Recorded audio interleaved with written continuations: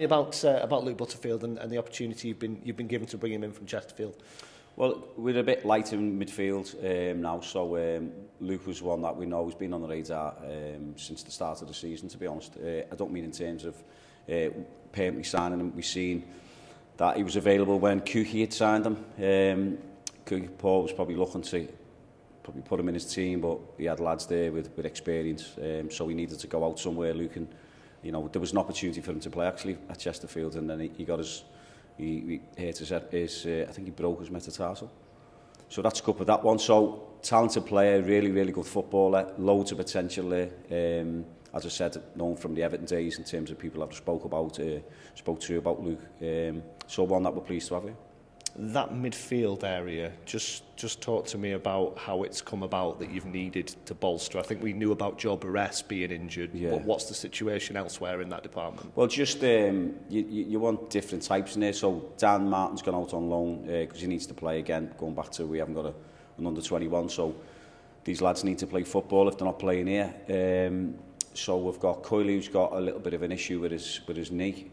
Missed the game on Saturday.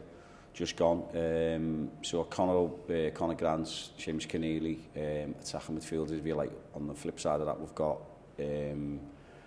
Isaac Sinclair and Endo. So we just needed another one in there, to strengthen us a little bit. So and Luke fits the bill. How much is it about finding players that complement each other in that area, because we see a lot where one has to stay and one has to go and then they have to swap over and that kind of thing? Is it about combinations as much as anything? It is. It's how you play. So you're going to play with 2 6s, or you're going to play with a 6 and 2 8s, or if people call them 2 10s, whatever you want to say, and having that balance. So Connor Grants is a really good size, 6'1", natural left foot footballer, breaks lines, good at set plays. James Keneally, good at first contacts, picking second balls up, calming influence, passes the ball. Then you've got Isaac Sinclair, competitive midfielder, likes driving forward, scored a few goals for us this season, and Alex Henderson, similar to him. So you've got to get that balance right. And then if you want to touch on Joe Barres, lovely footballer, again, break lines, he's got a goal in him, and Coyley, similar to Seamus. First contact, second balls, aggressive, gets you on the front foot, and as a 6. So you have got to get the right sort in, and you've got to get the right balance and combination playing with each other. We've still got 10 days, I think, of transfer window left as we record this. How much do you anticipate being able to do on top of this deal, and might that be dependent on what happens the other way? Yeah, it does a bit, but as I said before, Dan, you've got to have all your bases covered. So you're talking to players and talking to agents and other clubs, if you like, of what potentially could happen in and out.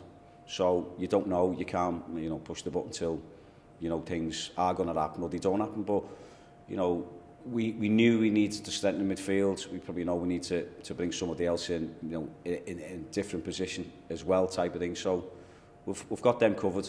Whether they come off is another thing. Is it sometimes a bit of a domino effect? Somebody else somewhere else does something, a player becomes available, or somebody somewhere else is able to come in for one of your players, and that can set the whole thing going? Yeah, it is, and it's also one where you've been asking about a player and he's not available, and then all of a sudden he is available, and you're thinking, wow, okay, that was target A that you're going for, and we're on target C, but then you've got target A back again. So it is all that. It's what happens at other clubs, and it's what happens at your own club. That aside, you've still got to do the day job and prepare the team. I know we've talked before about the transfer windows, and I think you find it quite difficult to have all the plates spinning at once and have all this stuff going on. How much of a strain is it having all the transfer stuff happening in real time while you've got day-to-day training, games to prepare for, and your actual management job to do? It is a strain. It's massive. The window's the window, isn't it? They open all the time, and or when they open, I should say. And your phone never stops, and you're trying to think, well, if that happens and this happens, and it is spinning all the plates down, and it is trying to focus on the day-to-day training, the day-to-day getting your messages across, your next opponent, which you never take your eye off anyway. But it is difficult, but at the same time, you got Jeb Brannan, who helps us. We work as a good partnership in doing that, and you've just got to do it because that's the job, and that's what it is. And I wouldn't say I enjoy it. It's just part of the job. I'm learning on the job still. You know, little things that, you know, happen, you go, wow. But as I said, that is a strain, that is the pressure, but one that we need to get through, and we will get through, hopefully.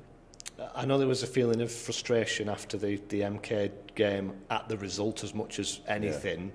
Yeah. How much does that sort of fuel and power the determination going into the next one? It does, because the 2 goals were poor, weren't they, really? If you look at it, you know, it was just a mistake, if you like, I think, personally, from Ollie. He knows that, but, you know, how many clean sheets has he kept out? The stats are there for everyone to see. You know, he's a top keeper. He's one of them I've always touched back on when you get them from other clubs. They're learning on the job, and he's proper learned on the job and just developed and got better and better. So, you know, long may that continue.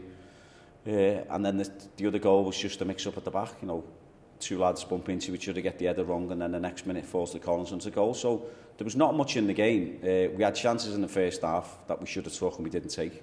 And then, yeah, the keeper's made a good save from Isaac Sinclair. Sean knows he should score from his header, but that's just going over that. We were doing an awful lot of things right, but we just didn't quite get over the line with that one, putting the ball in the back of the net.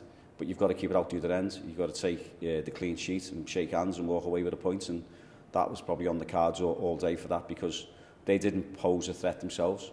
You know, they had they were trying to knock you off our stride, which they did. I've seen all the stats, and everyone can say, oh, well, the biggest stat is the scoreline, which I'd rather get the scoreline and having all the possession and everything else. So, listen, we learned from it, we've looked at it, we've moved on the next challenge now as well. So, there's been a marked upturn in your away form. I think you've lost 1 of your last 5 away games after it was a bit of a struggle earlier in the season to get results away from home. How confident do you feel now going away from home? I'm thinking of places like Notts County where you've been and got 3 points. How much does that boost everyone's confidence? It does boost everyone's confidence. I just think, you know, you go to the bigger clubs like with the aspirations they've all got to get promotion and playoffs and stuff. So you go there and you get a win or you get a point. As you know, the last we got a win at Notts County, so it gives everyone, you know, more. I don't know. You can say more belief. You know. We know what we've got, so we know what we've got, regardless it's at home, whether it's away. You've just touched on the form away, which is great, but it's just, whether it's home or away, we just got to go and win the game. And you can see there's been an upturn in all of that, in all of our games that we've played. I think the determination, the togetherness of the players, just everything, and that just gives you the belief going forward. And once you get on the pitch, you know, they go and express themselves and they play. And as I said, if you keep the ball out the back of the net and we can put it in like we did on Saturday, but in previous games we have done, then you know it's good going forward. I imagine you'll have good memories of going to Walsall.